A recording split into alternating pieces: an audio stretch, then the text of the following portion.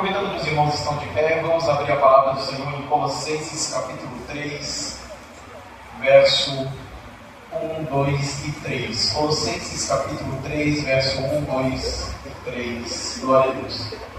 Enquanto os irmãos estão procurando, quero agradecer a oportunidade, o convite que aceitei, através do irmão Miguel fez, pelo contato do WhatsApp, e o pastor nos autorizou, o pastor Roberto Oliveira, e assim também trago a paz do Senhor, o pastor, a todos que estão aqui, também o pastor Manuel, que sempre nos recebe de forma brilhante, de forma excepcional. Deus abençoe o pastor Manuel e a todos da igreja. O meu amigo Silas, que sempre nós estamos conversando, Amigo é assim, faz tempo que não vê, mas sempre fica conversando, sempre fica pensando no outro. Sempre conversamos no WhatsApp, sempre conversamos, glória a Deus por isso. Quer que eu diga amém? Amém! Vou ler rapidamente aqui. Portanto, se fostes ressuscitados juntamente com Cristo, buscai as coisas lá do alto, onde Cristo vive assentado à direita de Deus. Pensai nas coisas lá do alto, não nas coisas que são aqui da terra. Porque morreste e a vossa vida está oculta juntamente com Cristo em Deus. Quando Cristo, que é a vossa vida, se manifestar, então vós também sereis manifestados com Ele em glória. Com Ele em glória. Com Ele em glória. Amém. Podem sentar, irmãos, dando glórias e aleluias ao Senhor. Glória a Deus.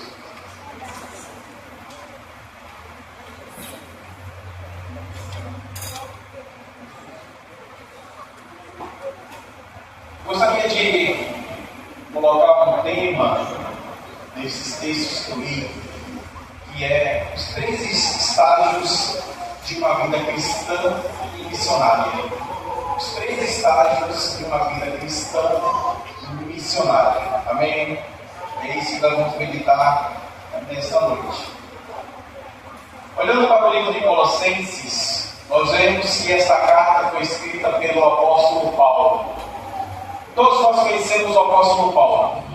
O apóstolo Paulo foi o apóstolo dos ímpios, daqueles após a morte de Jesus, que chamaram gentios. E o próprio apóstolo Paulo, antes de se converter, as pessoas chamavam ele de Saulo.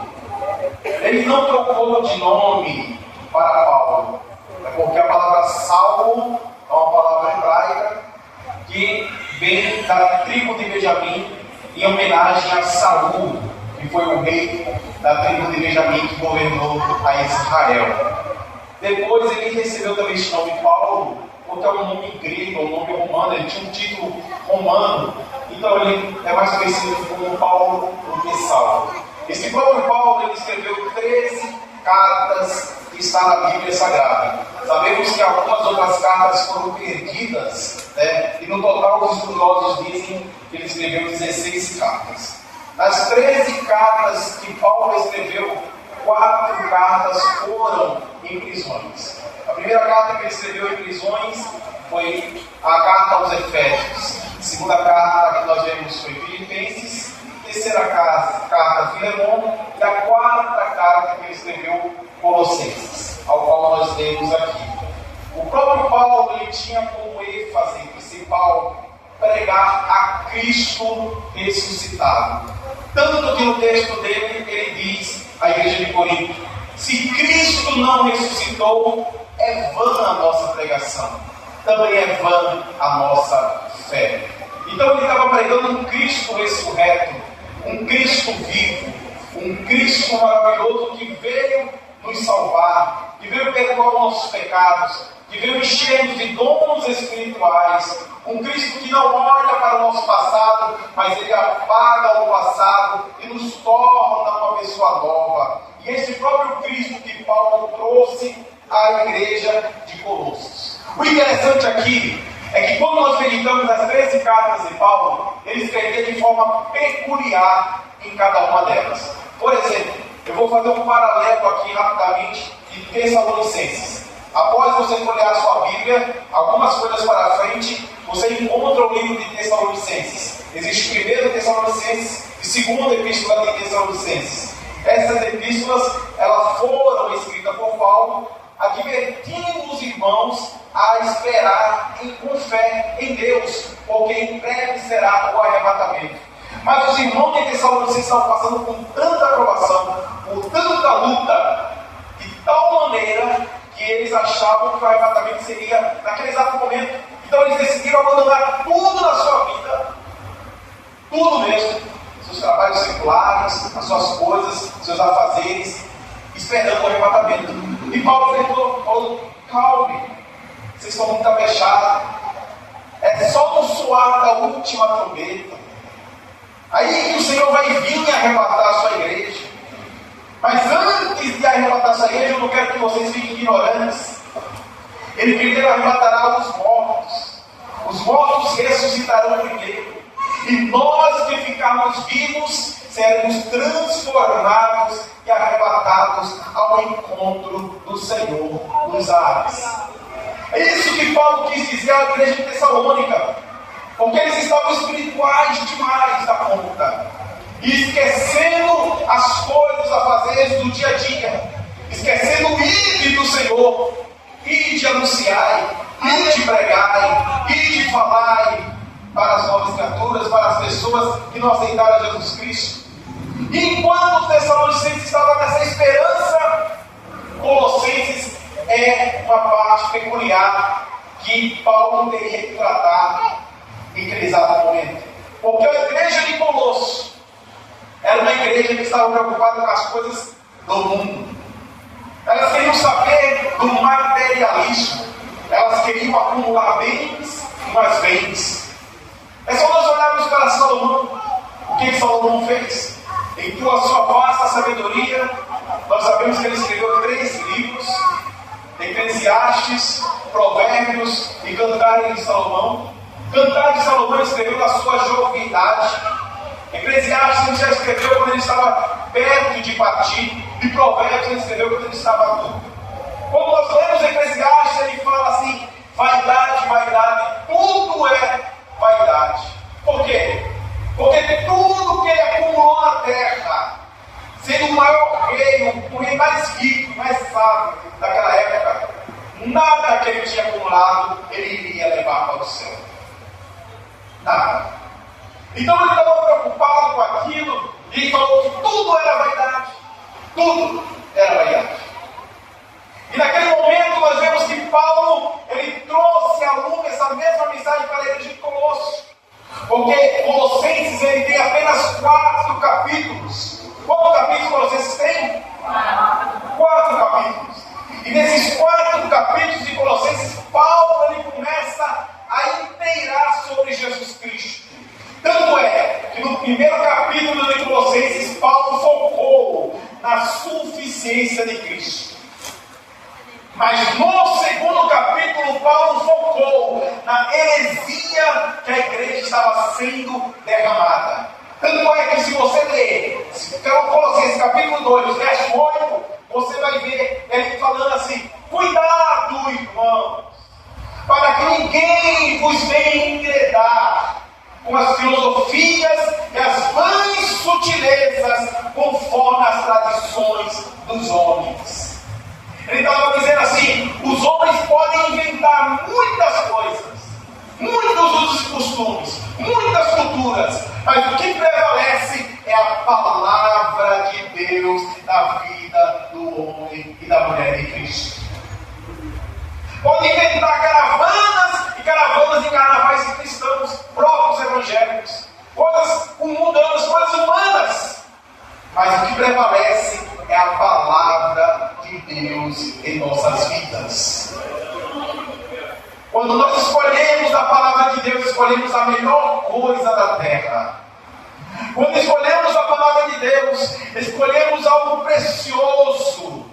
Porque o próprio Jesus Cristo disse: aonde estiver o seu tesouro, aí está também o seu coração.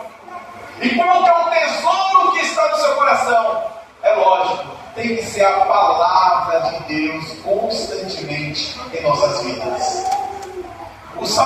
Salmo 119, ele diz: escondi a tua palavra no meu coração, para não pecar contra ti. Aí quando você lê o 119, verso 105, o salmista diz: lâmpada para os pés é a tua palavra, e luz para o meu caminho.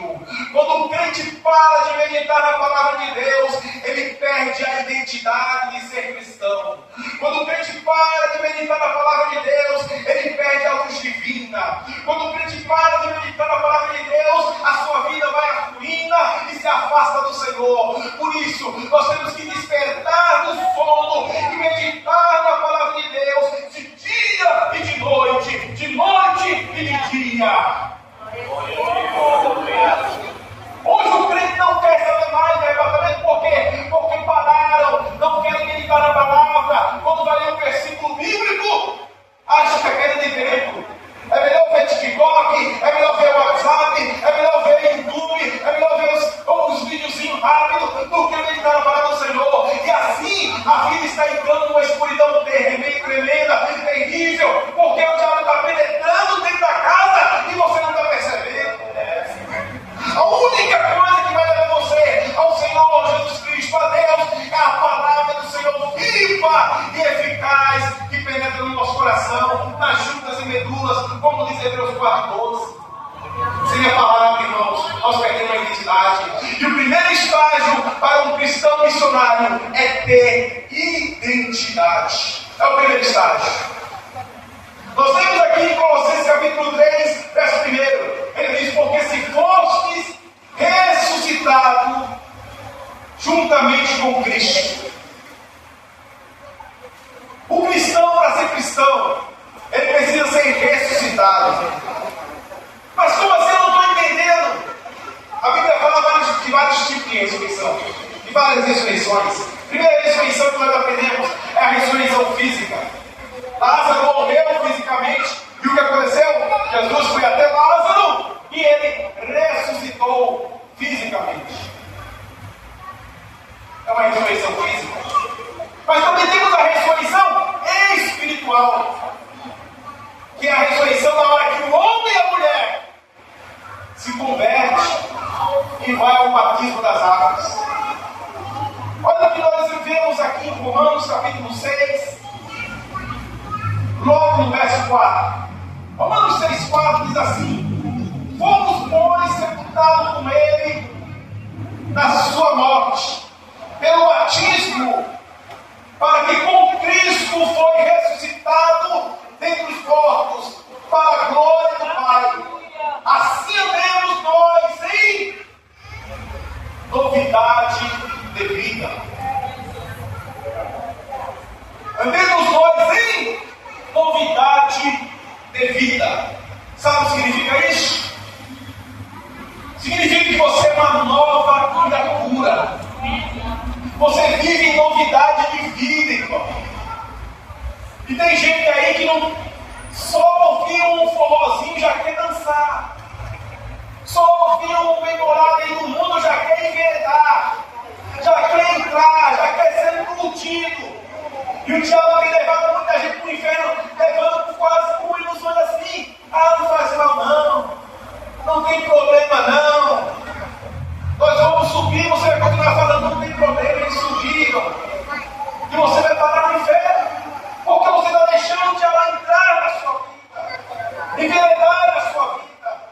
Mas quando conhecemos a palavra de Deus, irmão, aleluia, ela é a única que liberta o homem, é a única que liberta o crente. E quando o crente ele está mal, aí fica mal-humorado, quando ele está travado, quando ele está meio pedra, crente, aquele crente do Egito mesmo, faraônico, é porque ele não deixa a palavra entrar. A Bíblia diz em Apocalipse 3:20 o quê? Que o Senhor está na porta e está batendo.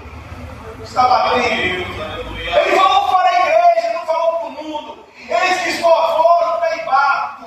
Se alguém ouvir a minha voz e abrir a porta, eu entrarei em sua casa, cearei com ele e ele comigo. Irmão, tem um tamborete aí no seu coração, um banquinho no seu coração, onde Jesus Cristo quer sentar e quer conversar contigo através da palavra de Deus.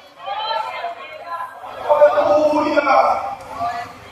É a palavra que liberta, é a palavra que salva. E Paulo foi tão profundo aos Colossenses que ele falou 19 vezes a palavra Cristo nesses 4 capítulos.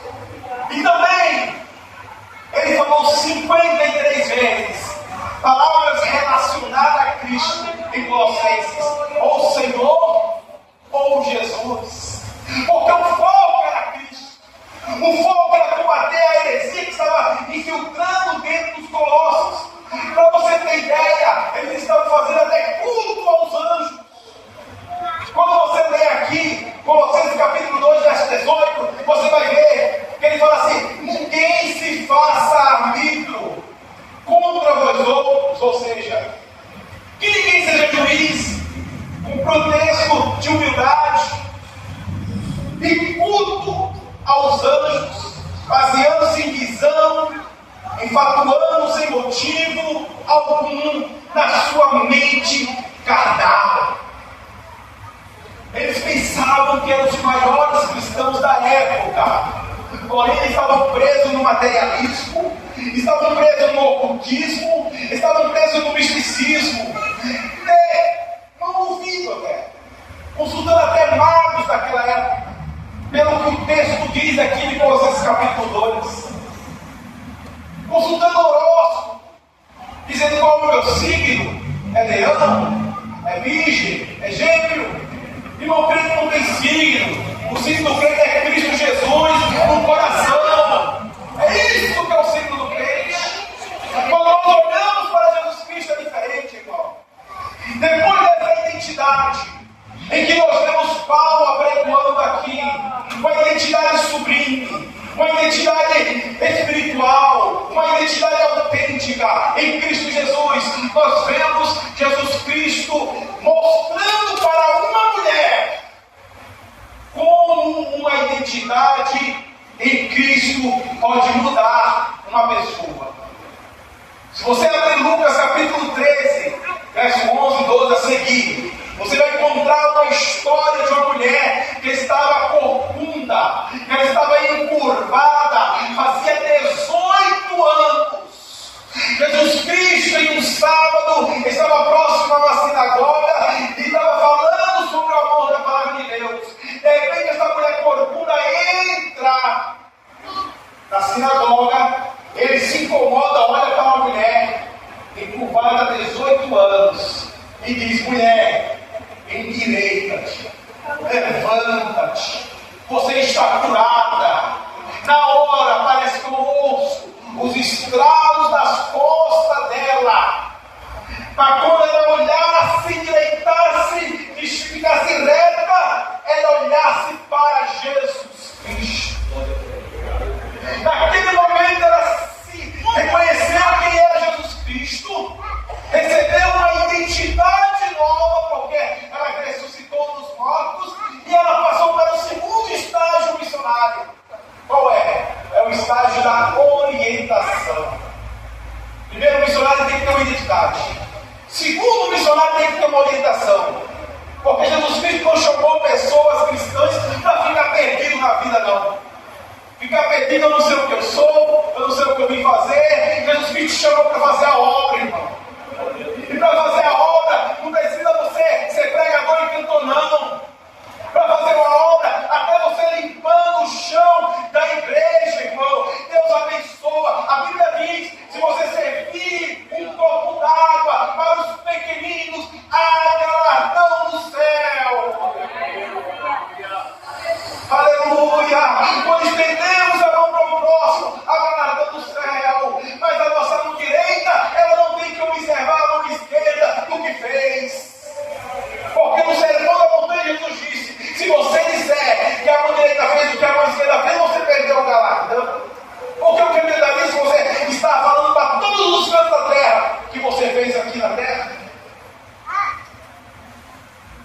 Aí o missionário ele tem, além de ter essa identidade, tem que ter uma orientação. E a orientação do missionário é a que me faz viajar na Bíblia Sagrada. Porque olha o que o versículo de Colossenses diz. Ele diz aqui, no verso 1, parte B: buscar as coisas lá do alto, e outra tradução de cima, onde Cristo vive, assentado à direita de Deus. A primeira orientação de um missionário é buscar as coisas do alto. Engana-se quem pensa que o missionário vai sair com uma BMW para evangelizar no Nordeste. Muitas das vezes o missionário abandona tudo e vai evangelizar no meio dos índios, no meio das pessoas que necessitam. Muitas das vezes. Certo dia, eu e o irmão Gilberto, acho que já veio pregar aqui, nós estávamos lá em Josué, nós colocamos a caixa de som nas nossas costas e nós fomos evangelizar lá no sem terra, porque naquela época estavam invadindo a terra. E de repente veio uma nuvem negra no céu. E eu falei para o Gilberto, vamos orar ao Senhor, arrepender isso aí, porque se nós recebemos uma orientação de evangelizar os sem terra, Ele não pode nos humilhar em termos de chuva para queimar a caixa de som do pastor. Que o pastor diria de nós queimarmos a caixa de som? Não tínhamos dinheiro para comprar uma bala naquela época. Uma bala. Mas nós fomos evangelizar. Sentimos a orientação de Deus e fomos. Quando nós chegamos no sem terra, eu e o Gilberto, ligamos a caixa de som e começamos a falar do amor de Cristo. Nós dois. E o som ecoava. De repente começou a chover. Mas quase. Aonde nós estávamos, não caiu uma gota sequer.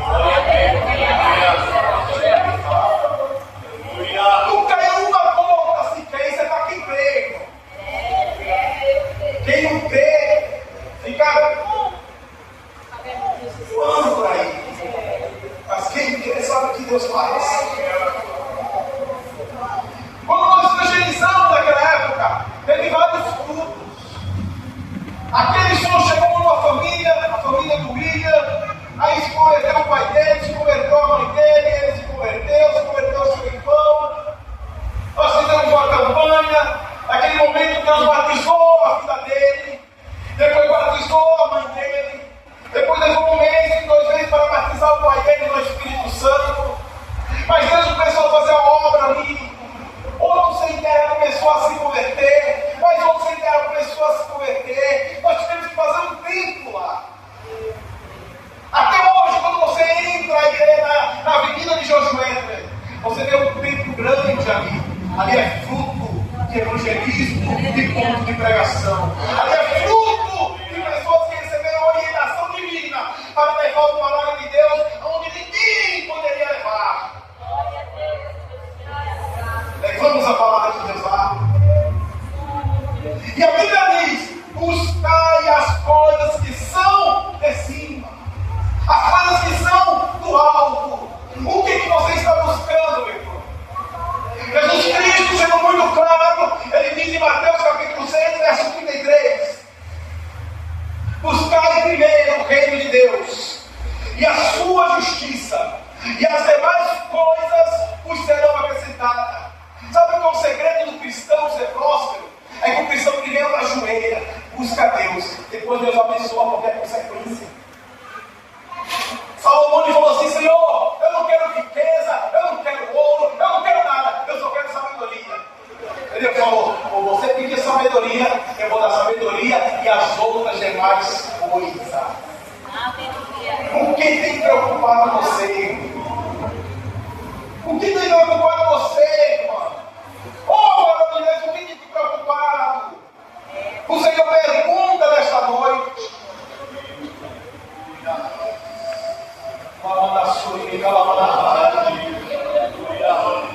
Será que você já buscou a Deus hoje?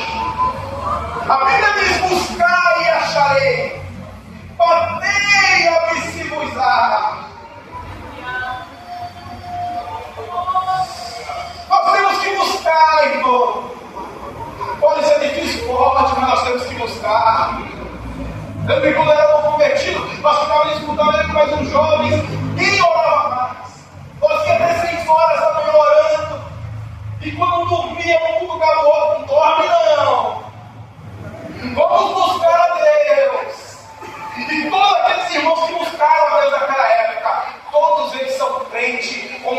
comprometido, firme no Senhor, ministros de Deus, que pregam a palavra de Deus, que cantam, que pastoreiam, que evangelizam, porque soube primeiro cantar, para depois regar.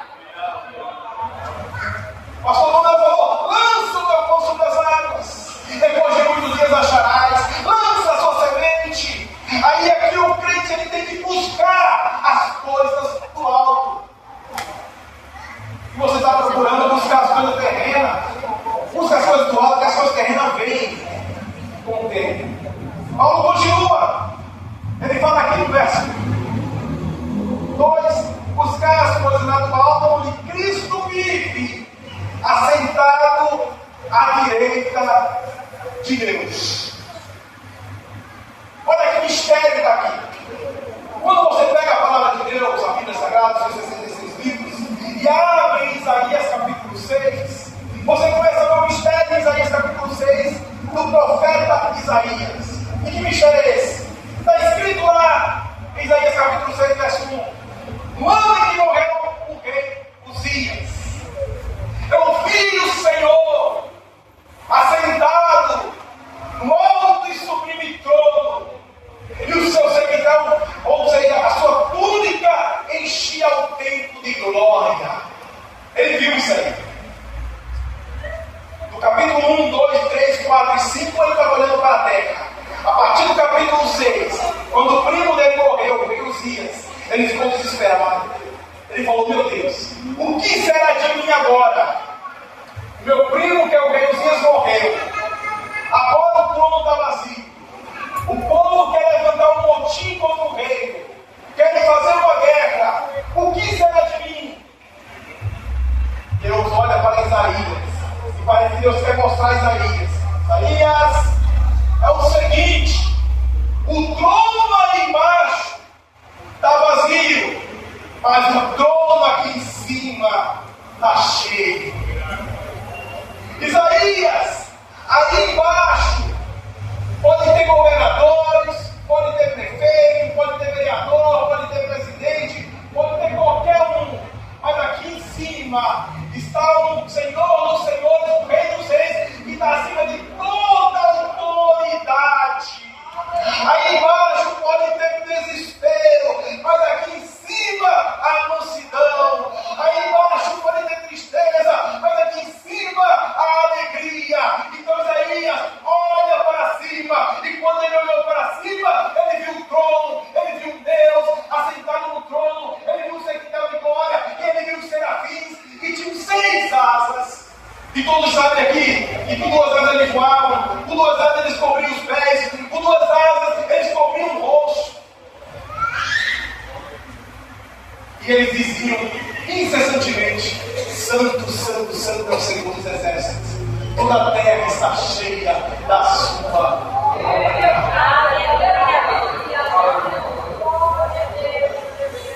As pessoas têm reclamado muito desse calor, têm reclamado muito de dias climáticos que estão vindo por aí, mas tudo está escrito na palavra de Deus. O próprio profeta Isaías, se não me engano, no capítulo 43 de Isaías, ele diz que chegará tempo, é na grande tribulação, que o sol arderá 7 vezes mais.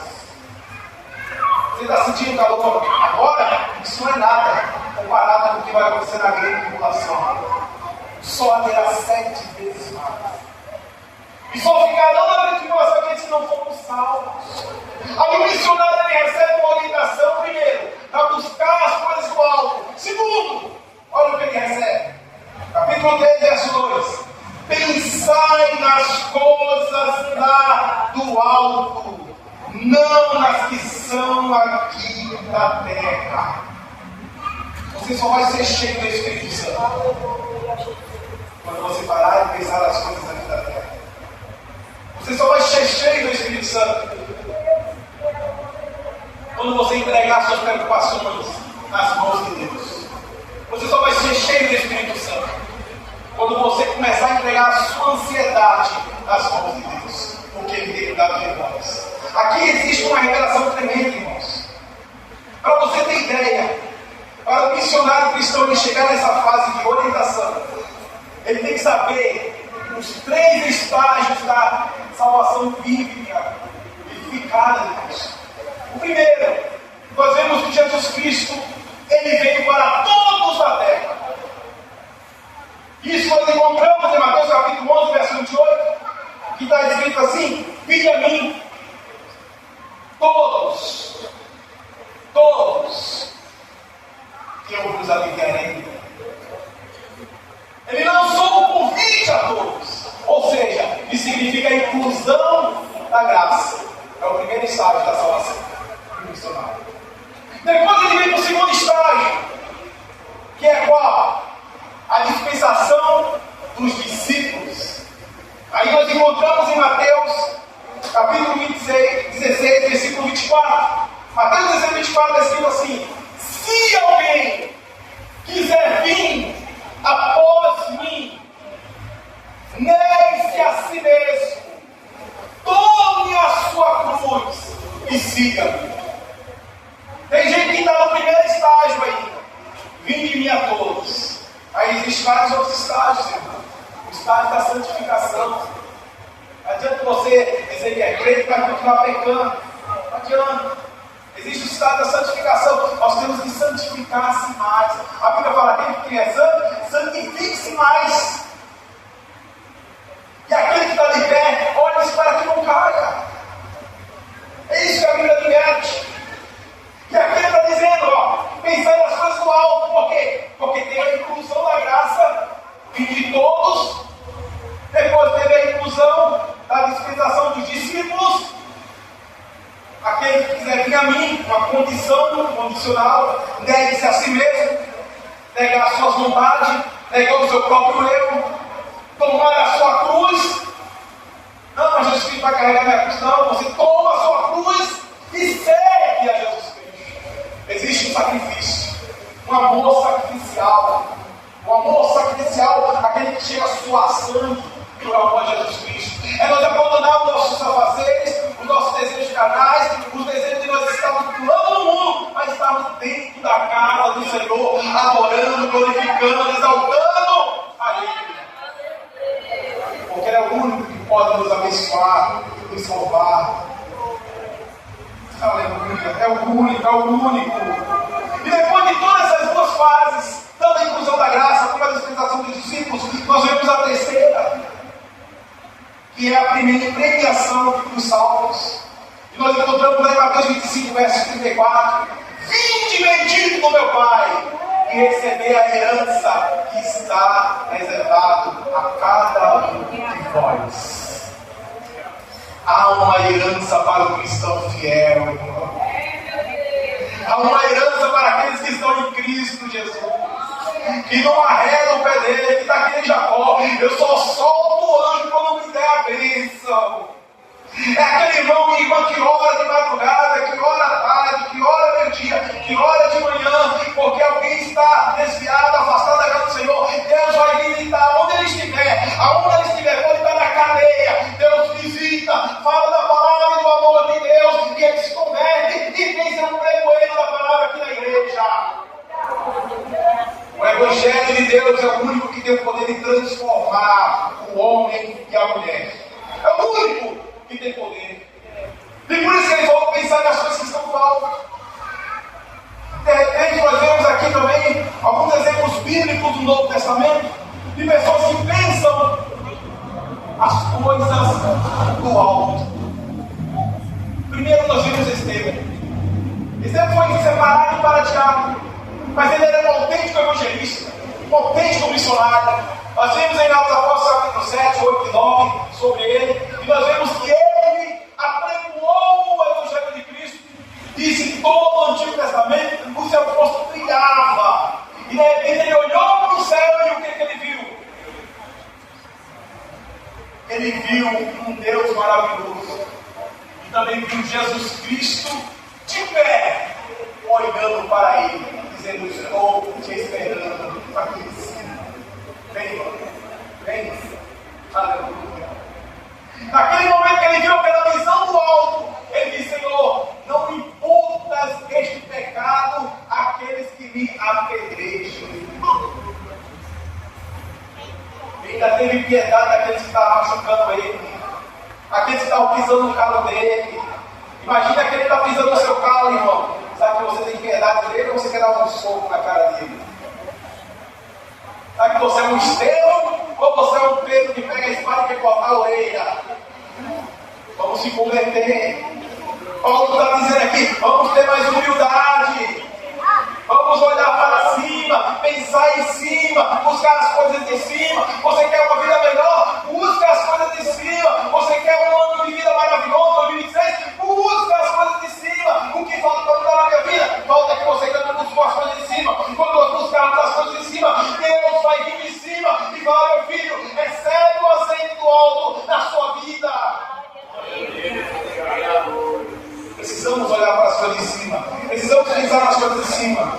E por último, dos 3 estágios. Primeiro estágio que nós falamos: identidade de uma vida cristã missionária. Segundo estágio, orientação de uma vida cristã missionária. E terceiro estágio, uma profundidade de uma vida cristã missionária.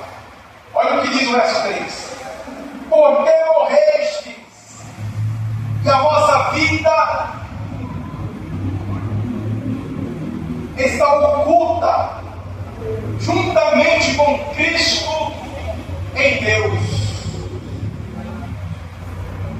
Primeiro, o missionário tem que ter uma identidade. Segundo, orientação, buscar e pensar.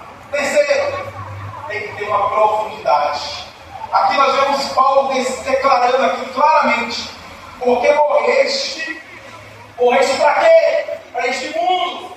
Morreste para quê? Com o alcoolismo, eu não bebo mais álcool. Morreste para quê? O fumo, eu não fumo mais. Morreste para quê? Para os trejeitos de sensualidade, eu já não visto já atraindo acima dos outros. Eu visto comportado, eu visto comportada. Trejeito de quê? Das coisas do mundo. Você já morreu para as coisas do mundo. E agora o que você é? Você é uma nova criatura.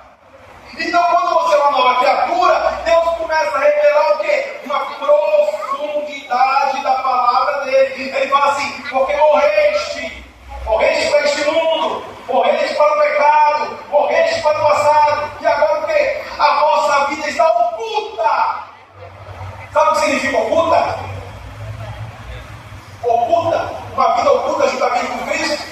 Olha o que o salmista diz no Salmo 121, verso 1. O que o salmista diz? Vocês sabem? Salmo 121, verso 1. Elevo meus olhos para o monte. Olha quem está olhando. Para o monte, para cima. De onde me virá o socorro? Meu socorro vem do Senhor, fez os céus e a terra. Nós temos que olhar para cima. Sabe qual é o problema do crente? É que tem muito crente com seco por aí. Crente com seco, ele só olha para baixo. Ele só quer saber de baixo. Mas Deus chamou crente águia hoje. Crente águia só olha para cima. Só quer ir além das nuvens. Porque ele sabe que o lugar dele é o céu, não é a terra. É lá de cima, não é de baixo. Não é o mundão. É Cristo. É Cristo em vós. É a esperança da glória. Aleluia. Olha, glória a Deus. E ele se ocupa aqui para trazer a miúdo. Significa o quê? Significa que Deus está aqui, ó, e a vossa vida está oculta juntamente com Cristo em Deus. Sabe o que significa? Significa que Deus está guardando a sua vida para Ele. Significa que o inimigo quer se andar na sua vida. Deus fala assim: não, essa pessoa está oculta em mim. Você não vai pegar essa pessoa. Eu estou protegendo ele. Eu estou protegendo ela. 10.000 cairão ao seu lado. 1.000 cairão ao seu lado, 10.000 ao seu direito. Mas tu não será atingido. É isso que a palavra de Deus diz. Você está sendo ocultado em Deus. Mas para isso, precisa chegar no terceiro estágio: a profundidade. E para nós chegarmos na profundidade, irmãos, é outro nível. Nós temos que ter intimidade com Ele. Nós temos que ter comunhão com o Senhor Jesus. A Bíblia diz em Romanos capítulo 12, verso 12, o quê? Transformai-vos a vossa mente. É o que nós estamos falando sobre sai. Para que seja boa, perfeita e agradável a vontade de Deus. Nós precisamos transformar a nossa mente, transformar a nossa vida, transformar o nosso ser, transformar o nosso interior e o nosso exterior, para estar adequado dentro da casa de Deus, buscando a Cristo. Deus, Ele pode, neste momento, fazer uma obra maravilhosa na sua vida. Um milagre que você está pedindo. Algo de Deus maravilhoso. Mas para isso, irmãos, nós temos que chegar ao terceiro estágio de uma vida missionária cristã, que é a profundidade. Missionário não é missionário se não tiver profundidade. E precisamos ter uma profundidade com Cristo. Agora eu te pergunto, em que estágio da vida missionária você está? Você está no primeiro estágio, descobrindo a sua identidade? Você está no segundo estágio, ainda buscando uma orientação? Ou você está no terceiro estágio, numa profundidade com Cristo? Caramba, Jesus chama você para uma profundidade maior, para que você veja as coisas de Deus. Eu vou contar algo aqui, rapidinho. Dentro da 5 minutos. Mas um dia eu fui visitar o Leonor, participava da capelania. Eu fui numa sala que era MI, chamado Moléstias Infectuosas. MI. Para entrar lá você tem que colocar roupa, máscara, luva, colocar tudo, porque é uma doença que você pode ser transmitida. Então eu entrei lá, eu e mais um irmão, servo de Deus. Nós fomos na última sala, vimos uma mulher totalmente caída, acabada, depravada, magra, sem esperança nenhuma, cheia de aparelho. Eu falei para ela na palavra de Deus, eu falei, você crê no Senhor Jesus Cristo? Ela não conseguia falar uma palavra, porque ela não conseguia falar. Tinha aparelho para todo lado. Eu falei para ela, se você crê em Jesus Cristo, dá duas piscadas de olhos. Ela deu 2 piscadas de olhos. Eu falei para ela, vou orar para você agora, eu e o irmão que está aqui. Nós vamos ver Deus fazendo um milagre e Deus vai te curar desse lugar. Eu e o irmão iam orando. Caiu lágrima nos olhos dela aqui. Oramos mesmo, com fé. Mas eu não vi ela levantar. Eu não vi ela falar. Eu não vi ela fazer nada, irmãos. Imagina você crente fiel. Porque eu era aquele crente que chegava no funeral e queria ressuscitar o outro. Era assim. A intimidade era tão profunda, irmão, que eu era assim. Já vi sair decepcionado porque o morto levantava. E eu cheguei lá naquele hospital e a mulher não aconteceu nada. Ela chorou. Ela aceitou a Jesus. Foi embora. Passou mais uma semana. Eu conversei com o pastor Gildo, que ele direcionava lá o pessoal da capelania, e falei, pastor Gildo, eu posso ir nessa sala novamente? Ele falou, pode. Aí eu puxei o pastor Edgar comigo e falei, pastor Edgar, vamos lá. Quando nós chegamos na última sala, ela estava lá novamente. Porém, aleluia, ela estava sem aparelho. Estava sem nada, se recuperando, já tinha ganhado uns filhinhos. Passada uma semana. Eu vi ela alegre, feliz. Eu perguntei para ela: nossa, você está curada, você está melhor. O que aconteceu com você? Ela olhou para mim e eu ouvi a palavra dela falando: é a fé em Jesus Cristo.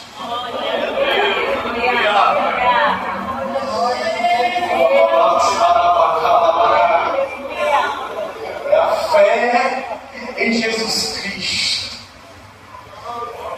Sabe o que falta na sua vida? Você está nessa fé.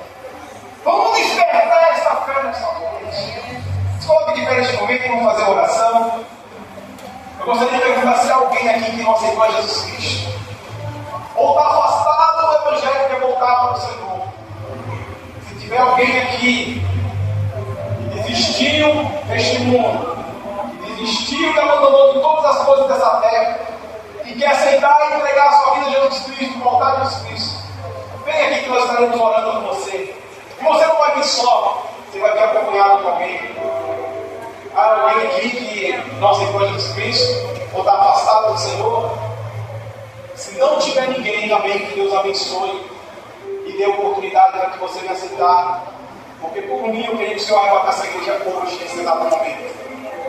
Mas estarei fazendo uma segunda oração. A oração para aqueles que desejam, que buscam as coisas do alto.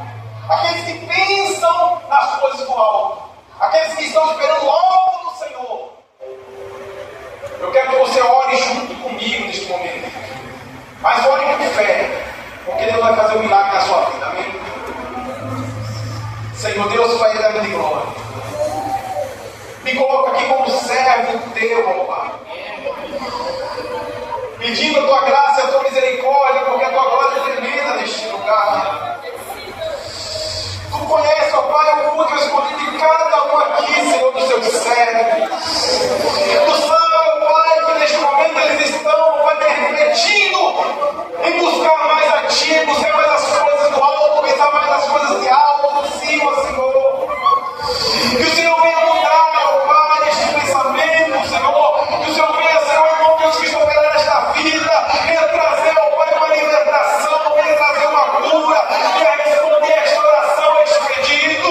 Ó Deus eterno de glória, desperta missionários neste lugar, desperta homens e mulheres que desejam fazer a tua obra, porque a tua obra carece, Senhor, muito é a seara, mas poucos são os ceifeiros. Prepara, Senhor, ceifeiro neste lugar, abençoa, Senhor, levanta a guarda, usa-os para a tua obra, em nome de Jesus Cristo. Repreendo todo mal, repreendo todo espírito demoníaco, repreendo toda a obra da covardia, repreendo todo mal desta vida, Pai. Sai em nome de Jesus Cristo. E agora, Senhor, vai operando a cura divina, vai operando, Senhor, o milagre. Enche no teu Espírito Santo, enche no teu poder, em nome de Jesus Cristo, Pai. Que essa alma venha um milagre, Deus, na vida de cada uma delas, em nome de Jesus Cristo. Amém, Jesus. Amém. Deus abençoe a teus irmãos.